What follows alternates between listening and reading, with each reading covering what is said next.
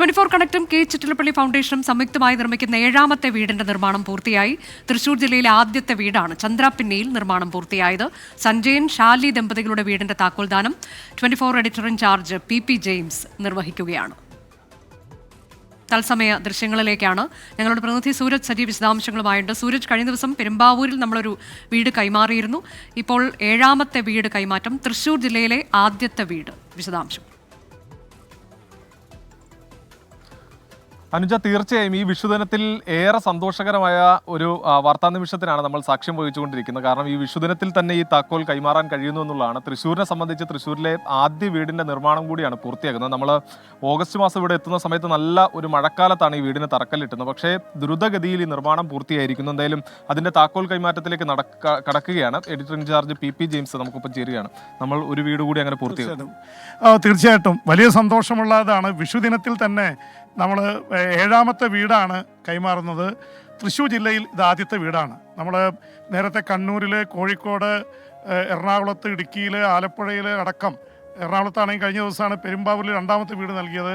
അപ്പോൾ കെ ചിറ്റിലപ്പള്ളി ഫൗണ്ടേഷനും 24 കണക്റ്റും ചേർന്നുകൊണ്ട് 100 വീടുകൾ നിർമ്മിച്ച് നൽകുന്നതിൻ്റെ ഭാഗമായിട്ടാണ് ഇവിടെ ഈ വീടുകൾ നൽകുന്നത്. സഞ്ജയനും ഷാലിക്കും അവർ ഇവിടെയുണ്ട്. അവർക്കാണ് ഈ വീട്, തൃശ്ശൂർ ജില്ലയിലെ ആദ്യത്തെ വീട് നൽകുന്നതിൻ്റെ നിർമ്മാണം പൂർത്തിയായിരിക്കുന്നു. ഒരുപക്ഷെ വളരെ മനോഹരമായിട്ടുള്ളൊരു വീടാണ്.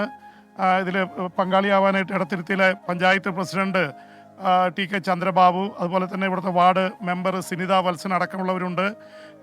വലിയ അഭിമാനകരമായിട്ടുള്ള നിമിഷമാണ്. നമ്മൾ മാധ്യമപ്രവർത്തനം എന്ന് പറയുന്നത് സ്റ്റുഡിയോയിൽ നിന്ന് സംസാരിക്കാൻ മാത്രമല്ല, പുറത്തിറങ്ങി സാധാരണക്കാരുടെ ഇടയിലേക്ക് ഇറങ്ങുന്ന ഒരു വലിയ കൺസെപ്റ്റിൻ്റെ ഭാഗമായിട്ടാണ് 24ഉം ഫ്ലവേഴ്സും ചേർന്ന് നടപ്പിലാക്കിയത്.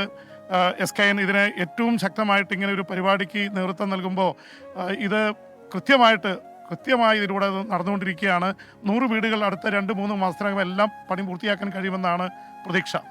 നമുക്ക് ആ താക്കോൽ കൈമാറ്റത്തിലേക്ക് കടക്കാം. തീർച്ചയായിട്ടും താക്കോൽ കൈമാറുകയാണ്. എല്ലാവിധ ഐശ്വര്യവും നേരുന്നു.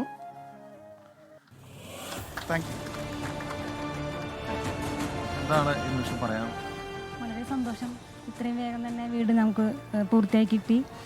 24നോടും അതിൻ്റെ പിന്നിൽ പ്രവർത്തിച്ച, പ്രത്യേകിച്ച് നമ്മുടെ ഇന്നിവിടെ എത്താൻ കഴിഞ്ഞിട്ടില്ല നമ്മുടെ തൃശ്ശൂരത്തെ കോർഡിനേറ്റർ ബാബു മോഹൻ സാറിനോട് പ്രത്യേകം നന്ദി പറയും. എല്ലാവരും കൂടെ നന്നായി ഹെൽപ്പ് ചെയ്തിട്ടാണ് നമുക്ക് വീട് ഇത്രയും വേഗം പൂർത്തിയാക്കാൻ സാധിച്ചത്. നമുക്കിവിടെ നമ്മുടെ ക്ഷണം സ്വീകരിച്ചിട്ട് പഞ്ചായത്ത് പ്രസിഡന്റ്, വാർഡ് മെമ്പർ ഒക്കെ എത്തിയിട്ടുണ്ട്. എല്ലാവരോടും നന്ദി. കുറേ കാലമായിട്ടുള്ള സ്വപ്നമായിരുന്നു. അതെ, വളരെ സന്തോഷം. 24 ചാനൽ വഴി കിട്ടിയത്. പ്രസിഡന്റ്, അതുപോലെ ഈ പഞ്ചായത്തിലേക്കാണ് ആദ്യ വീട് എത്തിയിരിക്കുന്നത്. പ്രിയമുള്ളവരെ, ഏറെ സന്തോഷമാണ്. കാരണം ഈ വിഷുദിനത്തിൽ തന്നെ ഒരു സഞ്ജയനും ഷാലിക്കും ഒരു വീട് നൽകുക, ഈ ദിവസം അവർ അതിൽ കയറി താമസിക്കാൻ അവർക്ക് കഴിയുക എന്നത് എടത്തിരുത്തി ഗ്രാമപഞ്ചായത്തിനെ സംബന്ധിച്ചിടത്തോളം ഏറെ സന്തോഷമാണ്. നമുക്കറിയാം, സംസ്ഥാന സർക്കാർ സ്വന്തമായി ഭൂമിയും വീടും നൽകുക എന്ന ലക്ഷ്യത്തോടു കൂടി പ്രവർത്തിക്കുമ്പോൾ ഏതൊരു മനുഷ്യൻ്റെയും ആഗ്രഹമാണ് ഒരു സ്വന്തമായ ഒരു ഭൂമിയും വീടും ഉണ്ടാവുക എന്നുള്ളത്. അത് ലൈഫ് ഭവന പദ്ധതി കൂടെ സർക്കാർ സാക്ഷാത്കരിച്ചുകൊണ്ടിരിക്കുമ്പോൾ അതിനോടൊപ്പം ചേർന്ന് നിന്നുകൊണ്ട്, സർക്കാരിനോടൊപ്പം ചേർന്ന് നിന്നുകൊണ്ട് ചിറ്റിലപ്പള്ളി ഫൗണ്ടേഷനും അതേപോലെ തന്നെ 24 ചാനലും കണക്ട് ചെയ്തുകൊണ്ട് അതിൽ പങ്കെടുത്തുകൊണ്ടിരിക്കുന്ന നമ്മുടെ അതിൻ്റെ എഡിറ്റിംഗ് ഇൻചാർജായിട്ടുള്ള ശ്രീ ജെയിംസ് ചേട്ടൻ ഇതിനകത്ത് ഉണ്ട്. വളരെ കാര്യമാത്ര പ്രസക്തമായിട്ട് തന്നെ ഈ കാര്യങ്ങളെപ്പറ്റി സൂചിപ്പിച്ചു.